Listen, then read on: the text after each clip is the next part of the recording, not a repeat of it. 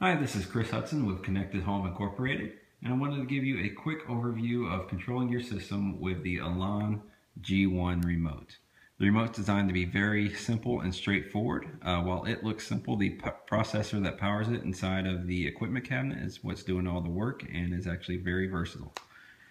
So if your system is off, the power button up top here works as a power toggle button. If you push it once, it will turn the system on and turn it on to cable or satellite, whichever you have. And pushing it again will turn the system off. Here in just a second, everything will sync up and we will have a picture from the cable box, and there it is. From this point, we can actually just use the remote like we would expect any other remote to function.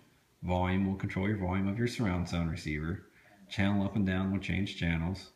And guide will pull up your guide just like you would expect it to. Every other button will work the exact way you would expect it to in the way that it's labeled.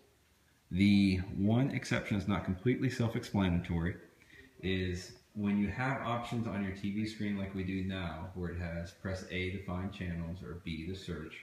If you can't read that on your screen, that is the yellow triangle right there says A and the blue square says B down at the bottom of the screen. When you have options like that, just simply push the corresponding color. So where it says A to find channels, that's the yellow triangle, so we just push the yellow button and that will pop up to find channels. Same thing is true when you're on your Blu-ray player. If it tells you to push a color or a letter, just push the corresponding color. All right. So when we are done with cable and want to switch over to your Blu-ray player, simply push the button on the remote labeled Movie.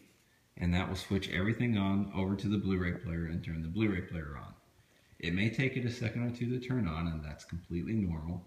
But here in 1 second, the screen will go black again as the Blu-ray player is turning on. And then we will see the splash screen from the Blu-ray player. And of course we have no disc in there right now, but that's normal. And once you see the black and white open grand piano there, that is the Blu-ray player. Again, from here we could use it like we would a normal remote over play and pause. Nothing too special to explain there. From there, if we wanted to listen to music, we program this music button on the remote to toggle between your different music sources. With the equipment we use and using the Yamaha surround sound receiver, this typically consists of Pandora, an AM/FM radio, some net radio, Rhapsody if you have it, couple other sources, but we typically program to use just the sources that you're signed up to, where the music button will just cycle between those. So from Pandora, if I push it again, it'll go to the radio, and if I push it again, it will go to the net radio. One more time will take me to the USB input, and pushing it again will take me right back to Pandora and just starting all over. From there, if you wanted to switch over to your Apple TV or your Roku, simply push the cloud button and that will switch us over to whatever streaming device you have. In this system we have a Roku player that is not quite activated yet, so that's why we're seeing that screen. But once the Roku player comes up, you'll control it with the up, down, left, right, just like you would expect it to. And when I'm done, if I want to go back to TV, I just push the button that says TV. And everything will switch right back over to the cable. Here in just a second. There we go. So the last options on here that I'll tell you about is this little house button right here that says OSD, on-screen display. If you push that, the Elan interface will pop up on your TV screen, and it looks the exact same way that the Elan app on your phone and tablet does. From here, we'll just use the up, down, left, right, and OK buttons to navigate. If I want to go back to the previous screen, I would push last. So I'm going to go to media. If you have lighting control or security integration or thermostat control, you would also have those options here on this screen where it would say climate, security, lighting, whatever you have. But we're just going to push OK on media. And here we'll have our different zones. For most people, that's going to be the great room and some house audio. You may have more zones depending on your system. I'll just choose the great room and I'll pop up with my different sources. If I wanted to go back to the room selection, I would press last.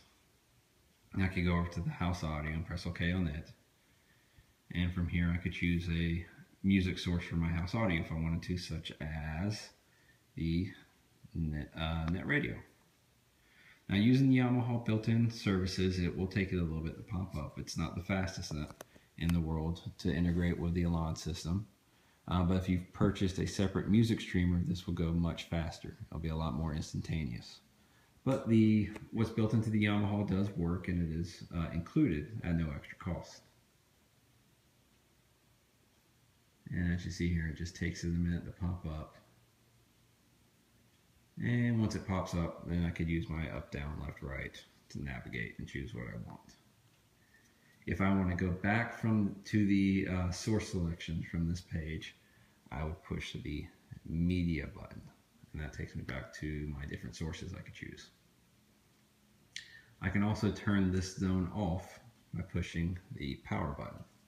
And again, right now we're on the house audio source, so I will push power to turn that off. And again, if I push the last button, it'll go back to my previous page where I can choose my different rooms. And if I just want to make this on-screen display go away and go back to watching cable, I could push the OSD button right there.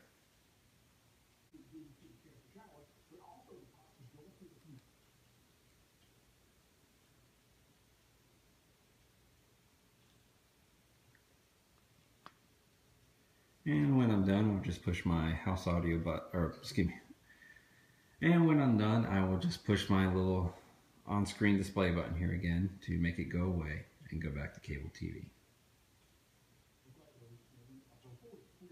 And that's it. When I want to turn the living room off, just push the power button here and everything will turn off.